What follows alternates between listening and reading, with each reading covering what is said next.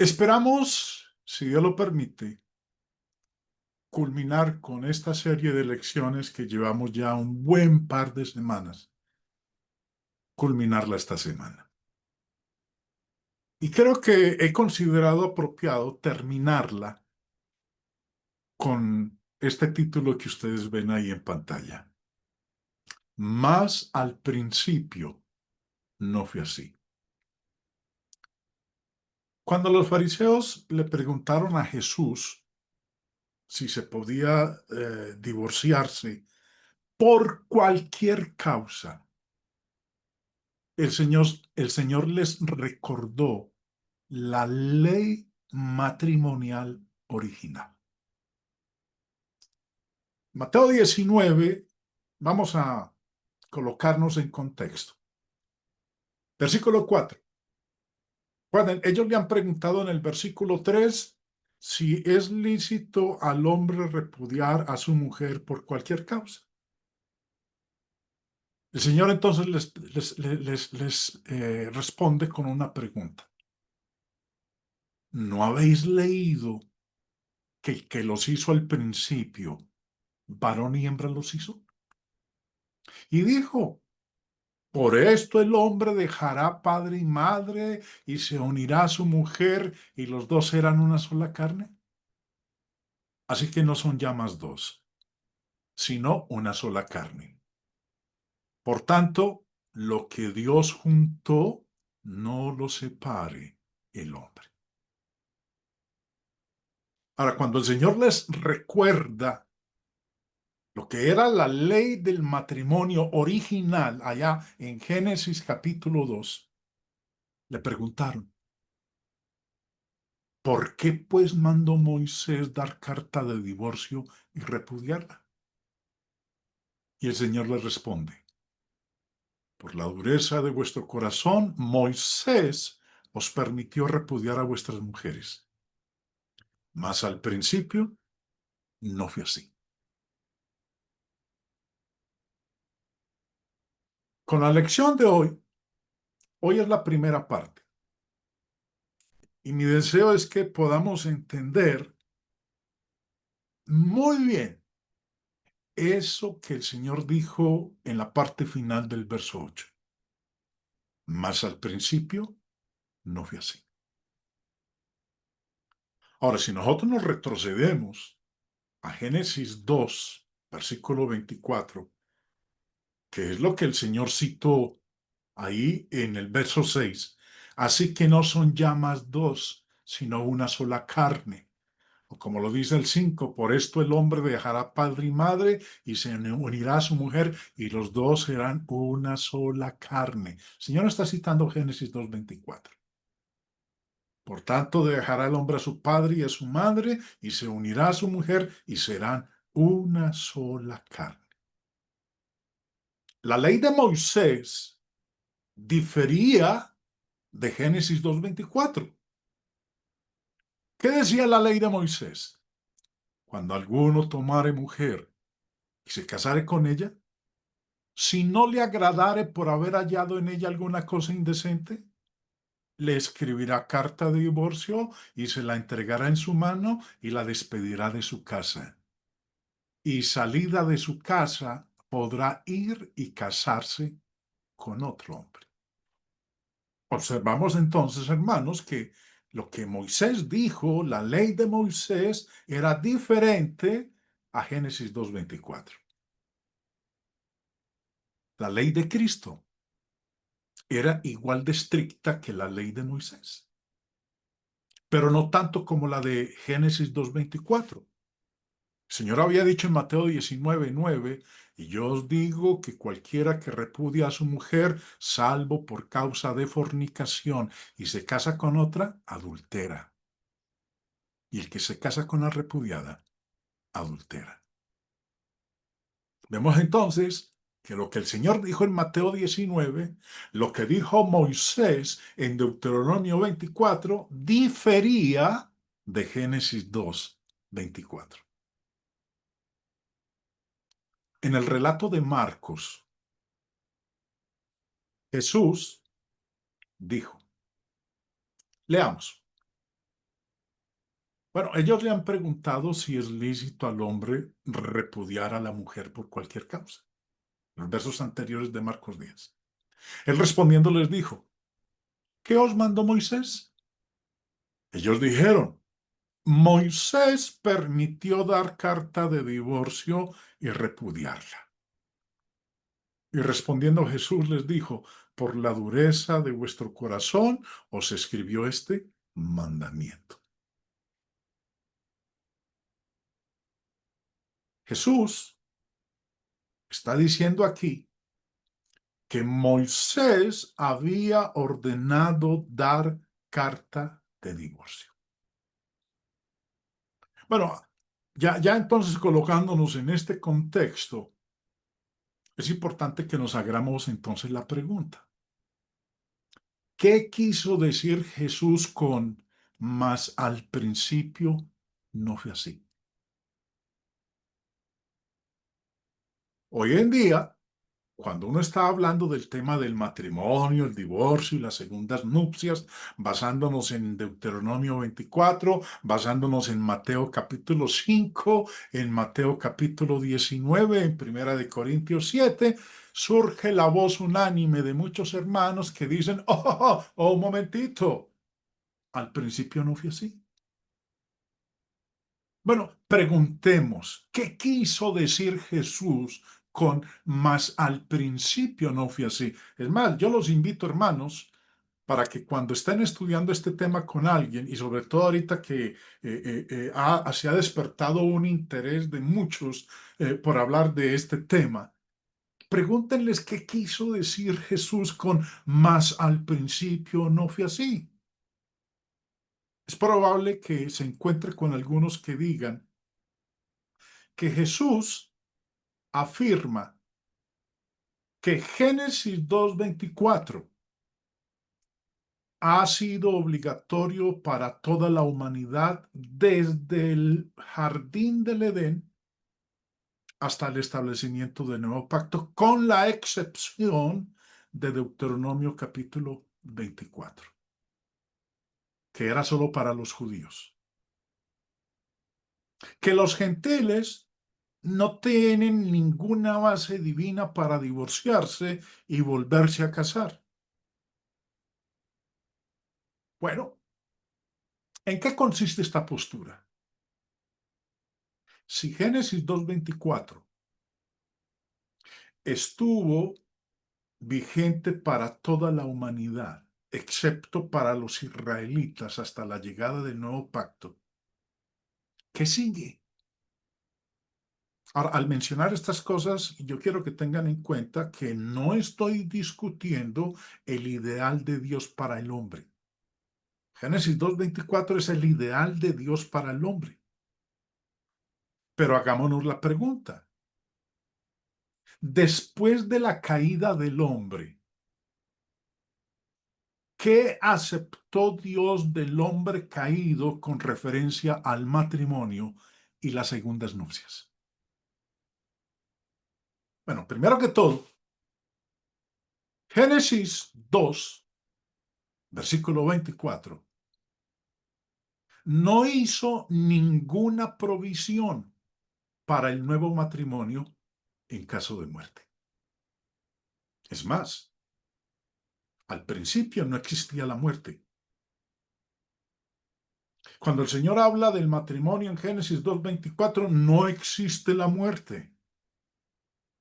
Ahora, al no existir la muerte, Génesis 2:24, que habla del matrimonio, no hace ninguna provisión para el matrimonio en caso de muerte. Que como dije hace un momento, ni siquiera existía la muerte cuando se dio esta instrucción, esta ley de Génesis 2:24. Es inútil apelar a Romanos 7, que dice, porque la mujer casada está sujeta por la ley al marido mientras éste vive. Pero si el marido muere, ella queda libre de la ley del marido. Así que si en vida del marido se uniere a otro varón, será llamada adúltera.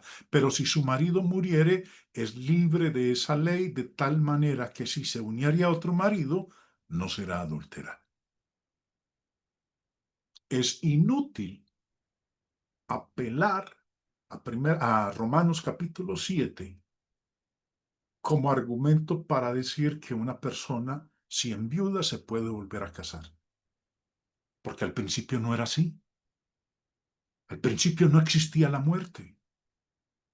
También es inútil apelar a Primera de Corintios 7, que habla de lo mismo que dice Romanos 7. Es más, leámoslo. La mujer casada está ligada por la ley mientras su marido vive, pero si su marido muriere, libre es para casarse con quien quiera, con tal que sea en el Señor. Es inútil apelar a Primera de Corintios 7 como argumento para demostrar que un viudo se puede volver a casar, porque al principio no era así. Al principio no existía la muerte. Romanos 7, Primera de Corintios 7, no se dieron hasta mucho después, cientos de años después del Edén. Jesús, en Mateo 19:9, dijo: y yo os digo que cualquiera que repudia a su mujer, salvo por causa de fornicación, y se casa con otra, adultera. Y el que se casa con la repudiada, adultera.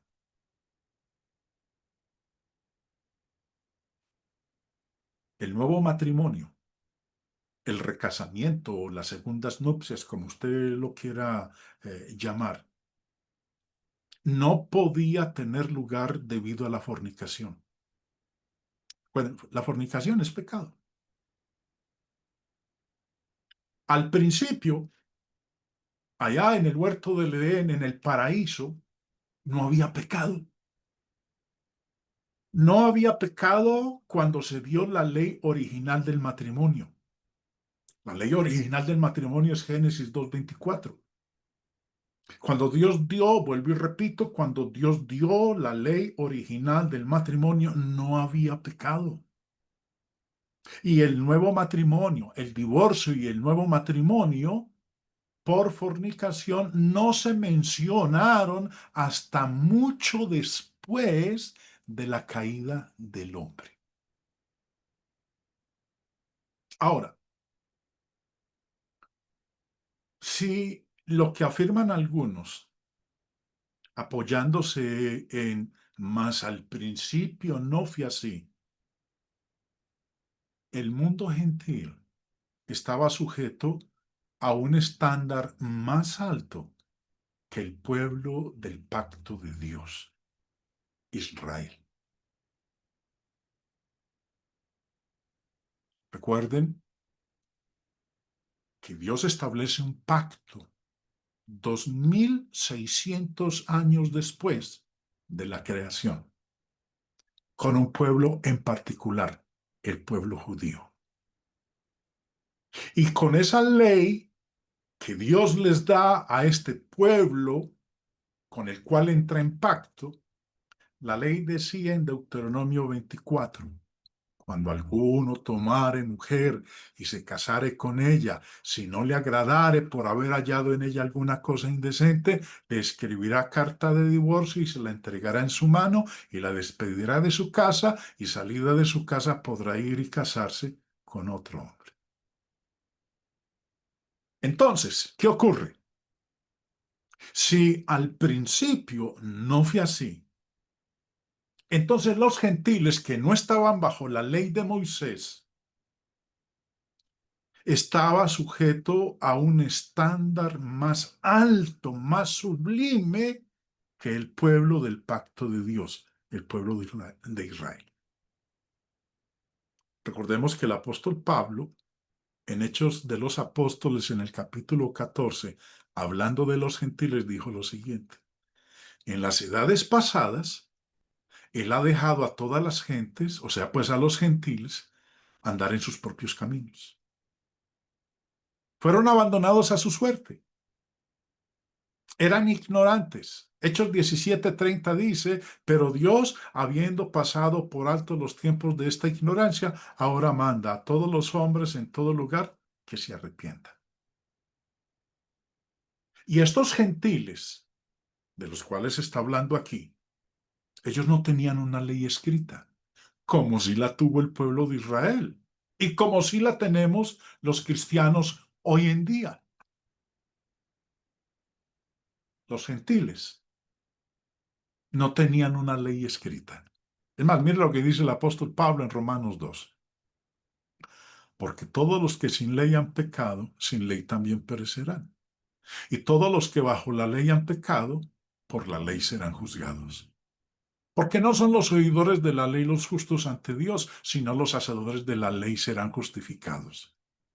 Porque cuando los gentiles, que no tienen ley, una ley escrita, como si la tuvo el pueblo judío, porque cuando los gentiles que no tienen ley hacen por naturaleza lo que es de la ley, estos, aunque no tengan ley, son ley para sí mismos, mostrando la obra de la ley escrita en sus corazones, dando testimonio a su conciencia y acusándoles o defendiéndoles sus razonamientos.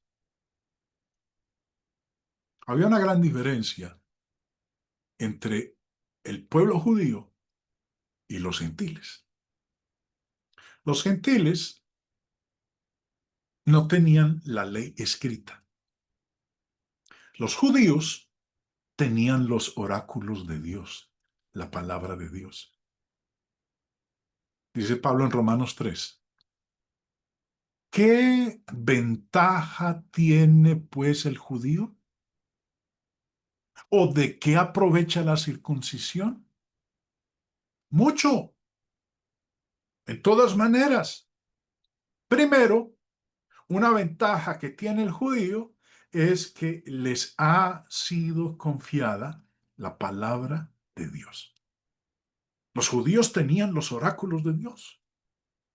Estaban en una relación de pacto con Dios y tenían un registro escrito que les informaba de la ley matrimonial original, el Pentateuco.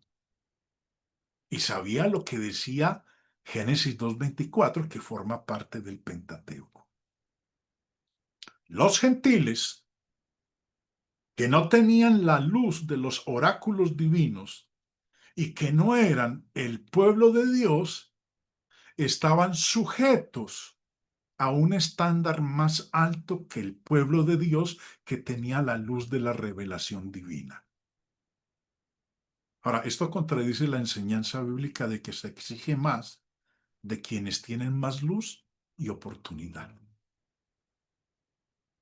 Recuerden que el Señor dijo, porque a todo aquel, Lucas capítulo 12:48, porque a todo aquel a quien se haya dado mucho, mucho se le demandará, y al que mucho se le haya confiado, más se le pedirá. En tercer lugar, si un gentil quería divorciarse con la aprobación de Dios, entonces debía convertirse al judaísmo. Porque Génesis 2:24 no abarca el divorcio. Nosotros leemos del divorcio es ya en Deuteronomio.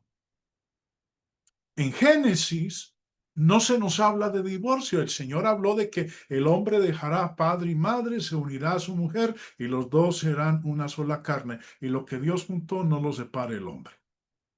Entonces, si un gentil quería divorciarse con la aprobación de Dios, debía entonces convertirse al judaísmo, someterse a una ley menos severa al respecto, y entonces sería aceptable a Dios. Porque de esa manera entonces podía hacer uso de Deuteronomio capítulo 24, que habla de el divorcio, el repudio, despedirla de su casa, y salida de su casa podrá ir y casarse con otro hombre. En cuarto lugar, un gentil que obedeciera al Evangelio después de Pentecostés pasaría de una ley matrimonial más estricta, porque eso es lo que dicen nuestros hermanos, de que la ley estricta y que debe aplicarse hoy en día es Génesis 2:24. porque al principio no fue así. Al principio no había divorcio. Al principio no se divorciaba por fornicación. Al principio una persona no se volvía a casar si enviudaba. Al principio no era así. Entonces, si un gentil obedecía al Evangelio después de Pentecostés, pasaría de una ley matrimonial más estricta, Génesis 2:24, a una menos estricta que permitía el divorcio por fornicación, que es lo que el Señor dice en Mateo 19:9. Y yo os digo que cualquiera que repudia a su mujer, salvo por causa de fornicación. Si lo que dicen los demás, apoyándose en, mas al principio no fue así, el Señor Jesús fue el primero en rebajar los estándares del matrimonio y el divorcio para todo el mundo. En quinto lugar, si lo que dicen los demás, apoyándose en, mas al principio no fue así, desde el jardín del Edén hasta el establecimiento de la iglesia en el día de Pentecostés, entonces los patriarcas y los gentiles no podían repudiar a sus esposas y volverse a casar incluso si sus esposas se convertían en prostitutas. Y sexto, dado que la ley de Cristo sobre el divorcio y el nuevo matrimonio es un mandato enseñado a los conversos, y dado que Pablo demostró que dicha ley abarcaba a los cristianos, los gentiles aún están bajo la ley de Génesis 2:24.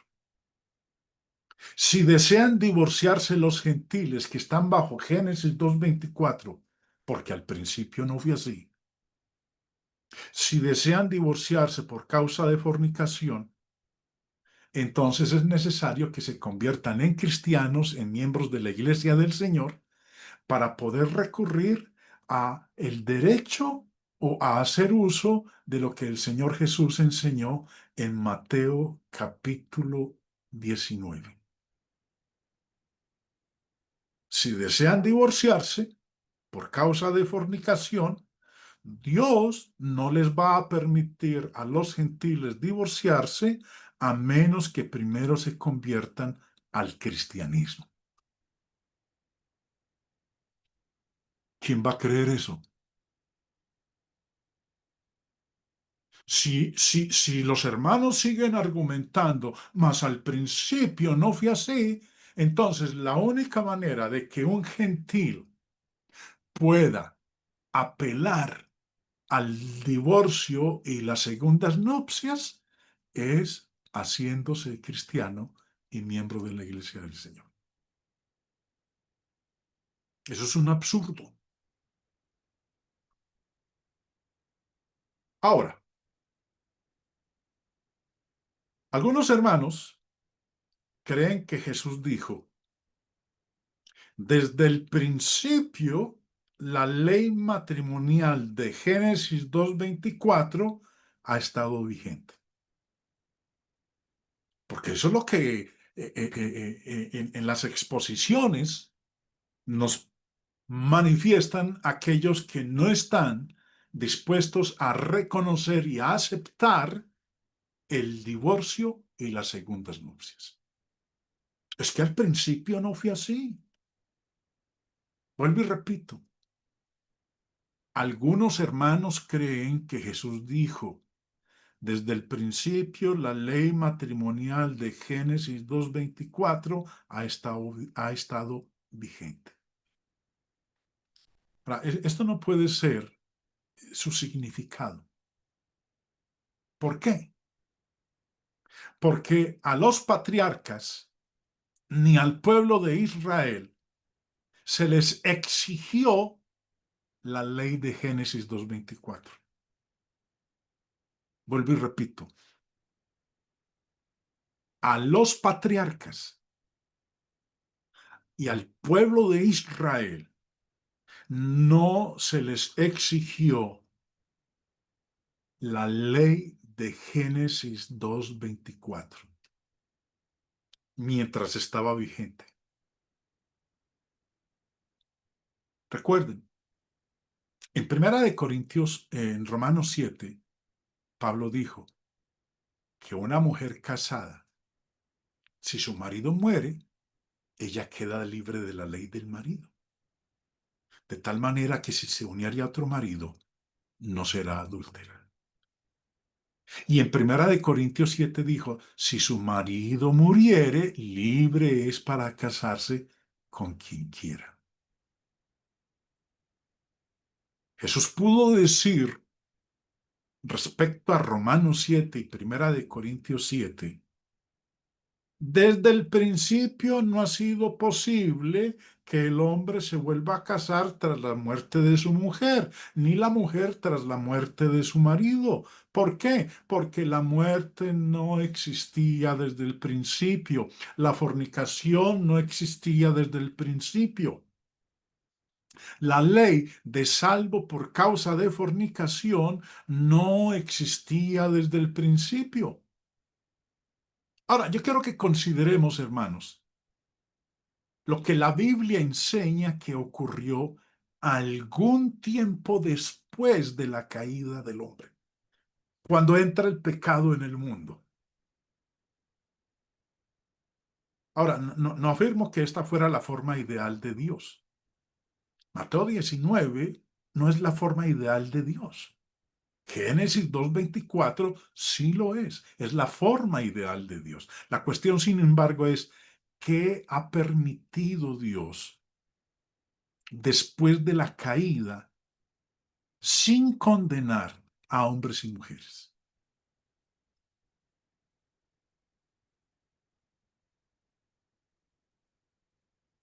Al principio no fue así, pero después de la caída del hombre, después del pecado, entró la muerte. Por eso encontramos nosotros lo que Pablo dijo en Primera de Corintios 7:39. La mujer casada está ligada mientras su marido vive, pero si su marido muriere, libre es para casarse con quien quiera, con tal que sea en el Señor. Y también el Señor Jesús, después de la caída del hombre, dijo, cualquiera que repudia a su mujer, salvo por causa de fornicación.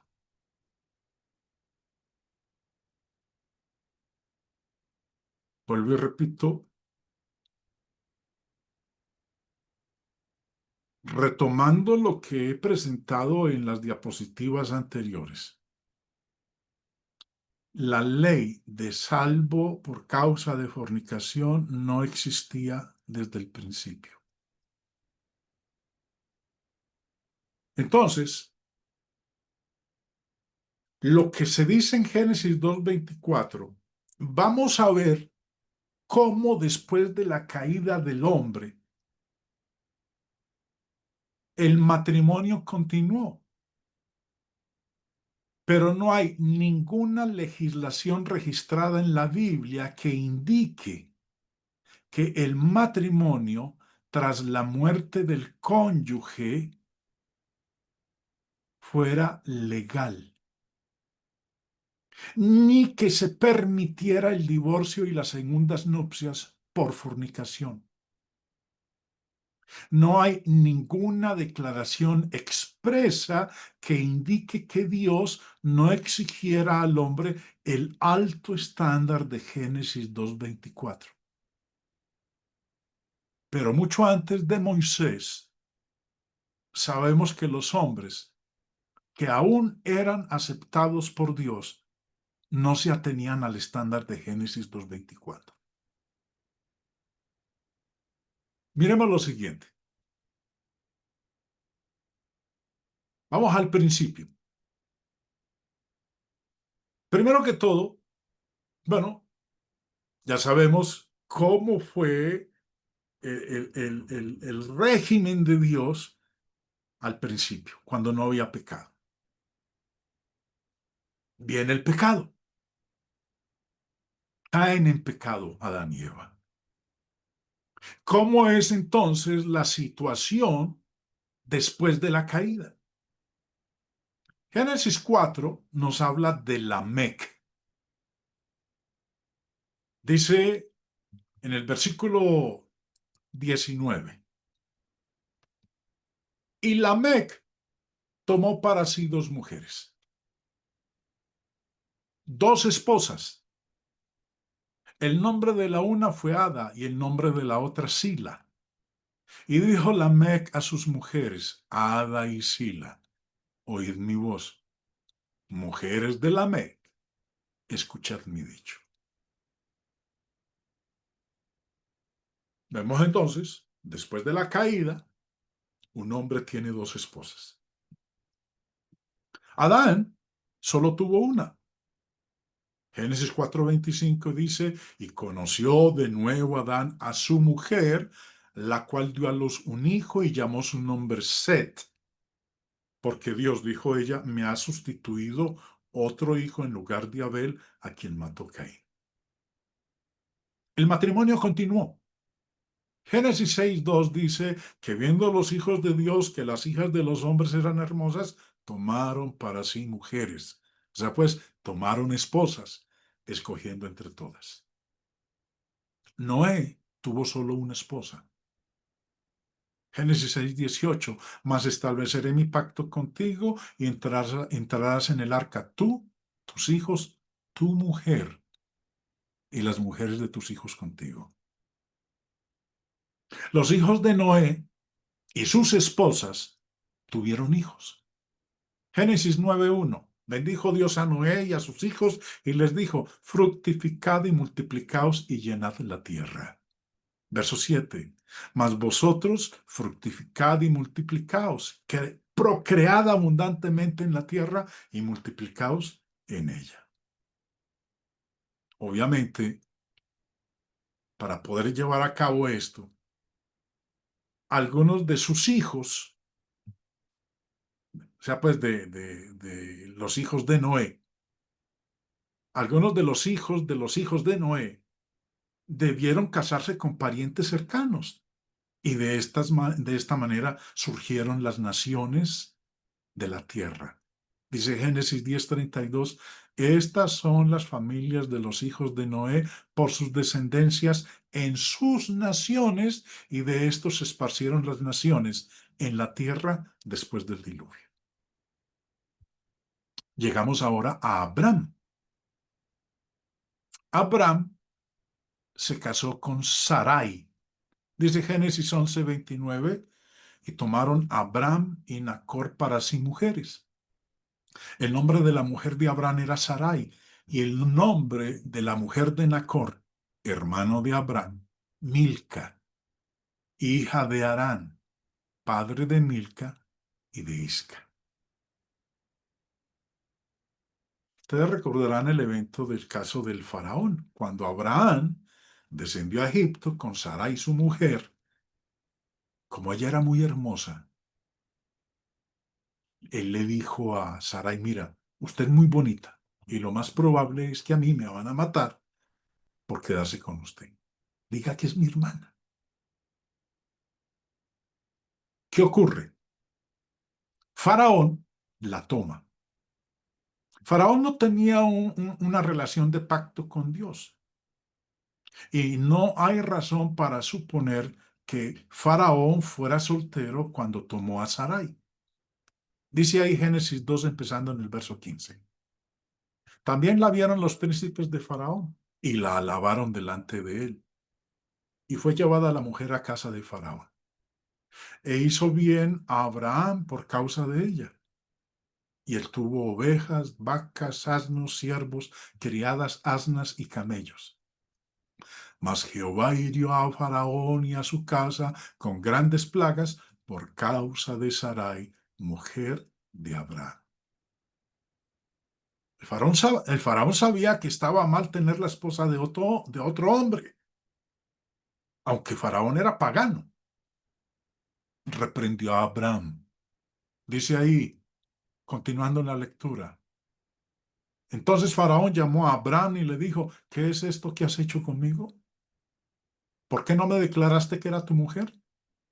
¿Por qué dijiste, es mi hermana, poniéndome en ocasión de tomarla para mí por mujer? Ahora pues, he aquí tu mujer, tómala y vete. Entonces Faraón dio orden a su gente acerca de Abraham y le acompañaron y a su mujer con todo lo que tenía. Continuando ya, específicamente con Abraham, Abraham no tenía hijos. Dios le había hecho una promesa de que le daría una descendencia y que su descendencia sería como las estrellas del cielo. No era el plan de Dios que Abraham tuviera un hijo con Agar,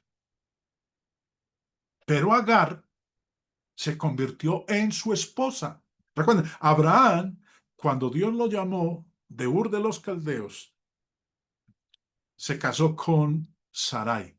Tenía solamente una esposa. Ahora tiene dos esposas. Dice Génesis 16, verso 1. Sarai, mujer de Abraham, no le daba hijos. Y ella tenía una sierva egipcia que se llamaba Agar. Dijo entonces Sarai a Abraham, ya ves que Jehová me ha hecho estéril.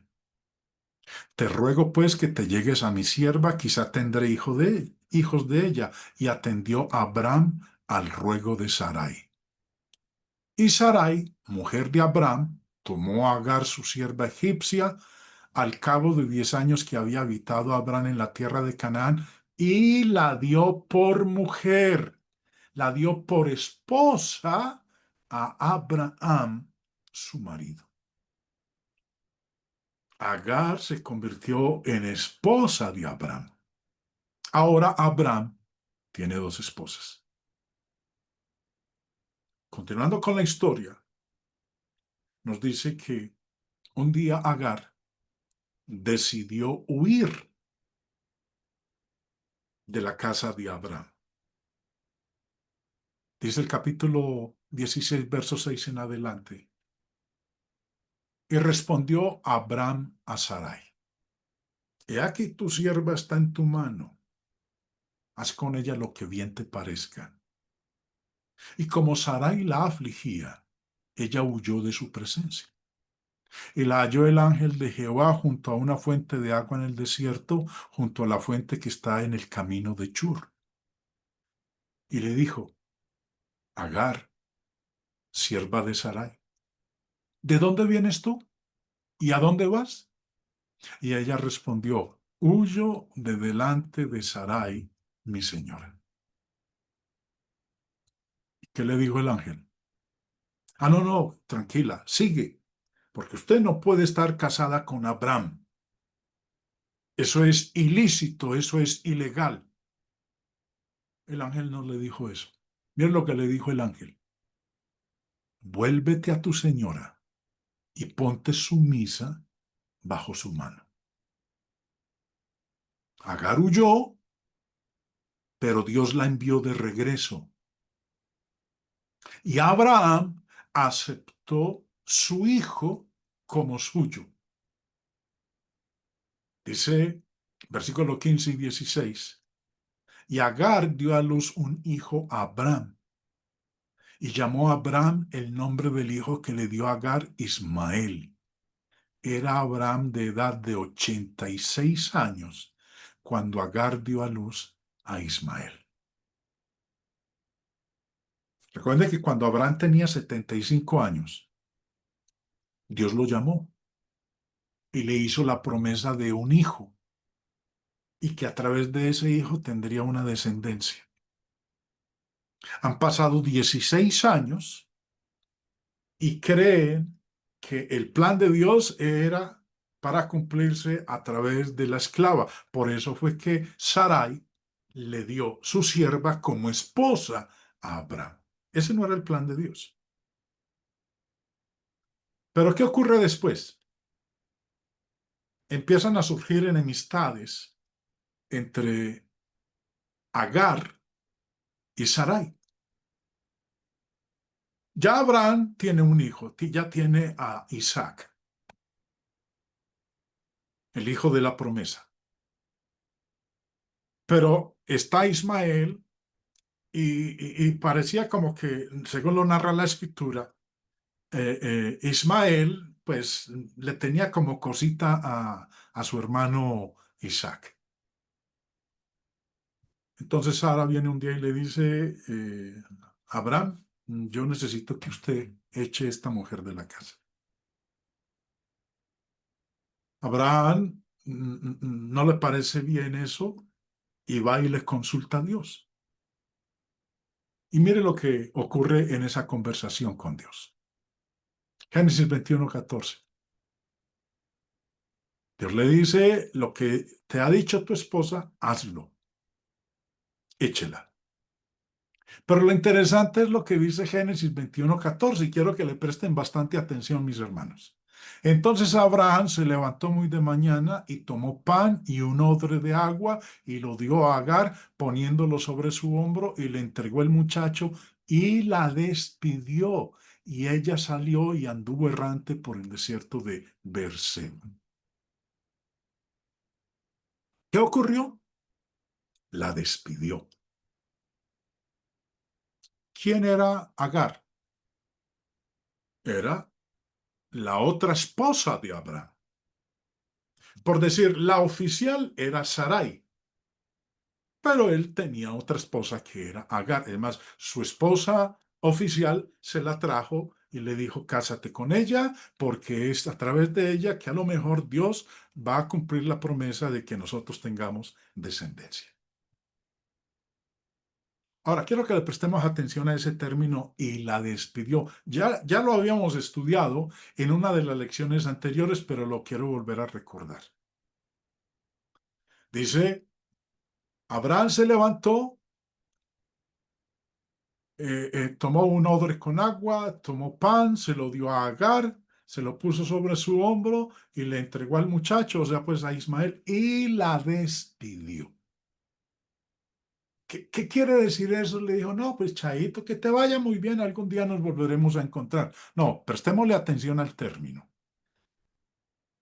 Despidió es de este término hebreo, shalah, que el señor Ekstrom en su diccionario dice, raíz primaria, enviar lejos, arrojar, dejar, despechar, despedir, echar, libertad, repudiar, repudio, sacar, soltar.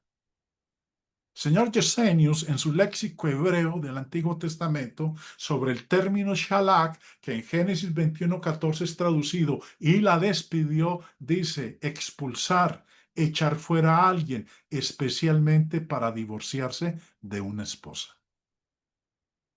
¿Qué es lo que está diciendo entonces aquí? Que Abraham se divorció de Agar. O como dice el diccionario de idiomas bíblicos de James Swanson sobre el término shalak, dice divorciar, formalmente despedir, o sea, ya no formar más parte de una relación matrimonial socialmente reconocida. El despido de Agar fue en efecto un divorcio. Qué interesante, ¿no? Porque muchos tienden o teníamos la idea de que el divorcio surge es en la ley de Moisés. Y vemos aquí que no. Vemos al patriarca Abraham llevando a cabo un divorcio con su segunda esposa. Sarai muere. Dice, bueno, antes de eso, volviendo al término shalach, mirando Malaquías 2:16, cuando estábamos estudiando que Dios aborrece el repudio, pero no todo repudio. Malaquías 2 y Jeremías 3 tienen dos palabras que son equivalentes: repudio y había despedido. Lo que llama la atención es que ambas expresiones, tanto en Malaquías como en Jeremías, son de ese término hebreo que leíamos acerca de Abraham con Agar, despedir. ¿Cuál es el término hebreo? Shalah, que acorde al diccionario de idiomas bíblicos de James Swanson significa divorciar, ya no formar más parte de una relación matrimonial socialmente reconocida. Dios lo hizo con Israel. Abraham lo hizo con su segunda esposa, con Agar. Ahora, Sarai muere. Y préstele atención a lo que vamos a leer aquí. Y creció el niño y fue destetado. E hizo Abraham gran banquete el día que fue destetado Isaac. Y vio Sara que el hijo de Agar, la egipcia, el cual ésta le había dado a luz a Abraham, se burlaba de su hijo Isaac. Por tanto dijo a Abraham: echa a esta sierva y a su hijo, porque el hijo de esta sierva no ha de heredar con Isaac, mi hijo. Este dicho pareció grave en gran manera a Abraham a causa de su hijo. Entonces dijo Dios a Abraham: no te parezca grave a causa del muchacho y de tu sierva. En todo lo que te dijere Sara, oye su voz. Eso quiere decir entonces, hermanos, que Dios estuvo de acuerdo en que Abraham se divorciara de Agar. El despido de Agar, como acabamos de ver hace un momento, fue un divorcio. Y también del hijo de la sierva haré una gran nación, porque es tu descendiente. Entonces Abraham se levantó muy de mañana y tomó pan y un odre de agua y lo dio a Agar, poniéndolo sobre su hombro, y le entregó el muchacho y la despidió. Y ella salió y anduvo errante por el desierto de Beerseba. Pero continuemos. Llega el momento en que Sarai muere. Dice verso 1. Fue la vida de Sara 127 años. También fueron los años de la vida de Sara. Y murió Sara en Kiriat Arba, que es Hebrón, en la tierra de Canaán. Y vino Abraham a hacer duelo por Sara y a llorar. Bueno, enviuda Abraham. ¿Y qué hace Abraham? Dice Génesis 25:1. Abraham tomó otra mujer, cuyo nombre era Setura. Abraham tomó otra esposa. Aunque Génesis 2:24, la ley original de Dios sobre el matrimonio no preveía volver a casarse tras la muerte de un cónyuge. Al principio no era así. Pero aquí vemos a Abraham, habiendo enviudado, se volvió a casar. Durante parte de su vida y hasta su muerte, Abraham tuvo concubinas. Dice versículos 5 y 6. Y Abraham dio todo cuanto tenía a Isaac. Pero a los hijos de sus concubinas dio Abraham dones y los envió lejos de Isaac su hijo, mientras él vivía hacia el oriente, a la tierra oriental. Ahora, cuando uno mira todo esto, hermanos, eh, eh, eh, es lógico que nos hagamos la pregunta: ¿en qué situación se encontraba Abraham con Dios? Se casó con otra mujer en vida de su primera esposa. Tuvo hijos con concubinas. Cuando su esposa murió, cuando Abraham enviudó, se volvió a casar. Eso no estaba prescrito en el principio. Al principio no fue así. Pero Dios debió haber aceptado estas cosas porque Abraham fue salvo. Y no hay ninguna escritura que justifique la suposición de que estuviera mal que se casara después de la muerte de su esposa, o que tuviera dos esposas, o que tuviera concubinas.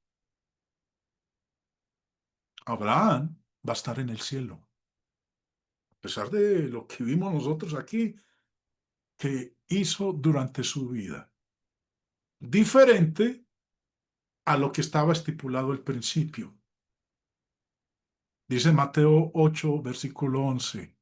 Y os digo que vendrán muchos del oriente y del occidente y se sentarán con Abraham e Isaac y Jacob en el reino de los cielos. Abraham estará en el cielo. Sin embargo, algunos afirman que la ley original, Génesis 2:24, es vinculante para todos, o era vinculante para todos, excepto mientras la ley de Moisés estuviera vigente. La única excepción divina a esta obligación para todos los hombres fue la concesión mosaica, que permitía el divorcio solo a los judíos si encontraban algo indecoroso en una esposa. Dios hizo el pacto a través de Moisés con el pueblo de su época, y no con sus padres, como Abraham. Abraham era uno de sus padres. Si estuvo mal que tuviera más de una esposa o se casara después de la muerte de Sarai, ¿por qué no lo prueba la Biblia? Él siguió los caminos de Jehová. Ahora, esto no significa que nunca mintiera, pues lo hizo al menos 2 veces, pero nunca fue reprendido por no guardar Génesis 2:24. Era un príncipe de Dios. Jehová había bendecido a Abraham en todo y no estaba perdido, porque Abraham es el padre de los fieles. Dios aceptó un estándar de matrimonio más bajo mucho antes de la época de Moisés. Hermanos, hasta aquí. Invitados para mañana para que continuemos en este análisis de esa declaración del Señor. Más al principio no fue así.